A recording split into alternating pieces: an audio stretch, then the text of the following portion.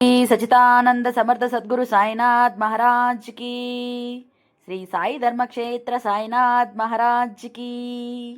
అందరికీ సాయిరామ్ అండి. ఈరోజు నా జన్మ చరితార్థమైందనే చెప్పాలి. ఎందుకు అనంటే, నేను కొన్ని ఇయర్స్ నుంచి, చాలా సంవత్సరాల నుంచి నేను షిరిడీకి వెళ్తున్నాను. వెళ్ళిన ప్రతిసారి నేను బాబా దగ్గర సత్యవ్రతం చేసుకోవాలి అని నేను చాలాసార్లు ప్రయత్నించాను. సో నేను చేసుకోలేకపోయాను. షిరిడీకి నేను దగ్గర దగ్గర చాలా టైమ్స్ వెళ్ళుంటాను. కానీ సత్యవ్రతం చేసుకోవాలి అనే కోరిక నాలో మిగిలిపోయింది. సో బాబా నా కోరికని ఈరోజు శ్రీ సాయి ధర్మక్షేత్రంలో నెరవేర్చాడండి. నిజంగా ఆ అనుభూతిని నేను మాటల్లో చెప్పలేను. జన్మ జన్మల పుణ్యం లేనిదే ఆ వ్రతం చేసుకోలేమేమో అనిపించింది. నిజంగా ఈ రోజుతో నాకున్న ఆ చిన్న కోరికను కూడా తీర్చేశాడు బాబా.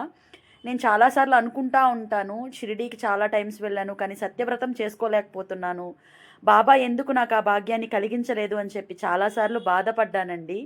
శ్రీ సాయి ధర్మక్షేత్రంలో సామూహికంగా అందరి చేత సత్యవ్రతం చేయించారండి ఈరోజు. నిజంగా చాలా చాలా చాలా ఆనందంగా ఉంది.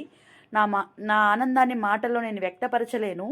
ఎందుకు అనంటే, నాకు చిరకాల కోరికగా మిగిలిపోయింది అది. సత్యవ్రతం చేసుకోవాలి చేసుకోవాలి చేసుకోవాలి అని చాలా ఇయర్స్ నుంచి నేను వెయిట్ చేస్తున్నాను. ఆ టైం ఈరోజు వచ్చింది. అన్ఎక్స్పెక్టెడ్గా తెలియకుండానే ఈరోజు నేను సత్యవ్రతంలో కూర్చున్నాను. నేను కూర్చున్నాను అని నేను ఫీల్ అవ్వట్లేదు. బాబా ఆజ్ఞ లేనిదే అక్కడికి ఎవరు వెళ్ళలేరు అని అందరూ అన్నారు. సో నేను అవన్నీ విన్నాను కూడా. సో నాతో బాబా ఉన్నాడు, నన్ను నడిపిస్తున్నాడు, నా తండ్రి నాతోనే ఉన్నాడు అని చెప్పి నాకు ఈరోజు అర్థమైందండి. అక్కడ కూర్చొని వ్రతం జరుగుతుంటే ఆ అనుభూతిని ఎన్ని కోట్లు పెట్టినా నేను కొనలేను అనండి. ఎందుకు అనంటే ఆ ఆ అనుభూతి మాటల్లో చెప్పలేను, వర్ణించలేను, మాటలు రావట్లేదు.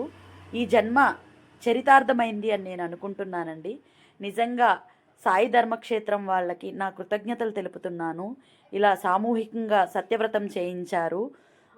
నిజంగా అండి, ఆ మందిరం గురించి చెప్పాలి అనంటే నిజంగా మాటలు రావట్లేదు నాకు. సత్యవ్రతం చేశాను అనంటే బాబా అనుగ్రహం నా మీద ఉంది అని నేను నమ్ముతున్నానండి. ఓం సాయి.